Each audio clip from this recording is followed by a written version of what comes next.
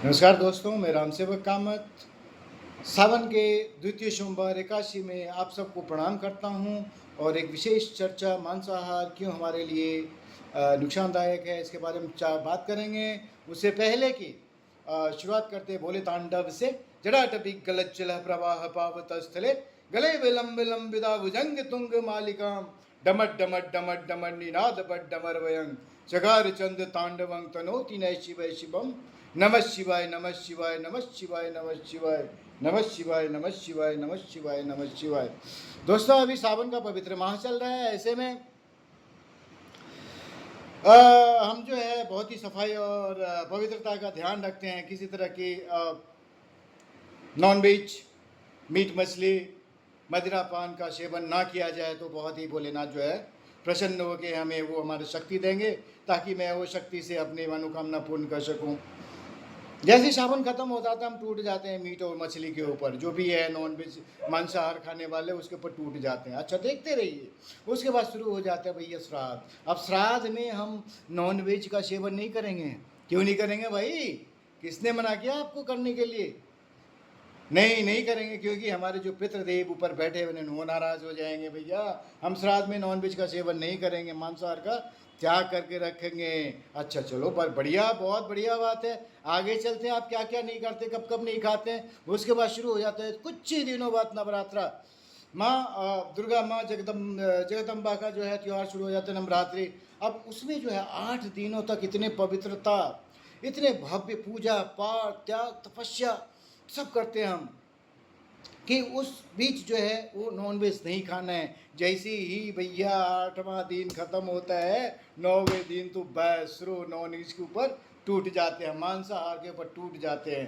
अब यहाँ कुछ प्रांतों में, हमारे यहाँ तो उसी नवरात्रे में 9वीं को पकड़े, माँ के सामने पकड़े की बलि चढ़ा के फिर हम उसको भक्षण करते हैं। बताइए कितना बड़ा अत्याचार है। उसके बाद शुरू हो जाता है, देखो भैया नवरात्रि के बाद जो है ना, महीने में प्रभु 4 मंगलवार आते हैं। हम सफाई से काम करते हैं। मंगलवार को तो नॉनवेज नहीं खाना भैया, फल फ्रूट के खा के ही रह लेंगे, लेकिन नॉनवेज तो क्या, हम अन्न का भी ग्रहण नहीं करेंगे।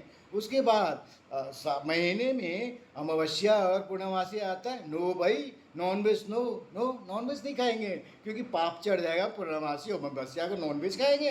हैं, हम तो हिंदू धर्म के बहुत ही बड़ा ज्ञाता है, हम क्यों खाएंगे भाई इन दिनों नॉनवेज?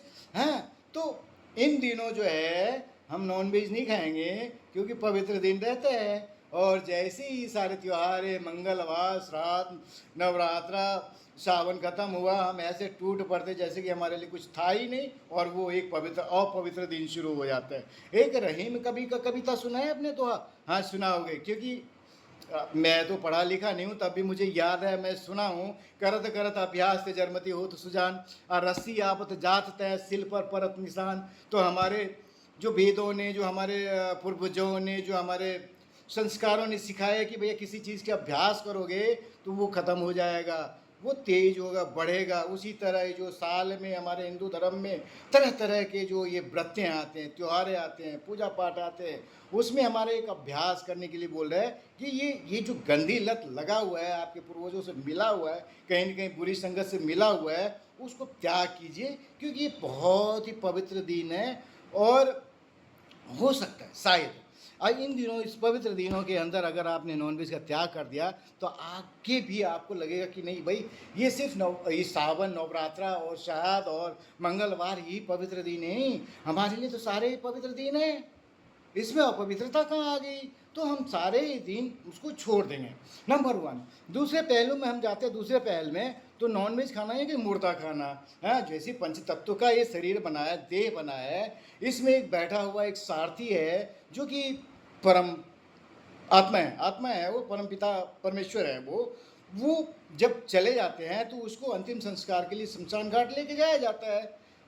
परंतु अगर एक जीव, जिस जीव में वही परमात्मा निवास करता है, उसको हम खत्म कर देते हैं, मार देते हैं, तो वो एक मुर्दा हो जाता है। और उस मुर्दा को कहाँ हम ले जाते हैं? ये इस शरीर में, इस शरीर रूपी जो आपका ये रथ है जिसमें भगवान निवास करते हैं, उसमें एक खंडर बना रखे हैं पेट नाम के, उदर नाम के, उसमें जाके सबको जो है दफना देते हैं, गाड़ देते हैं। हैं, उस पशु का तो भला हो जाए क्योंकि भाई किसी के काम आए खाने की, लेकिन इस देह की दुर्गति क्या होगा आपने सोचा कभी?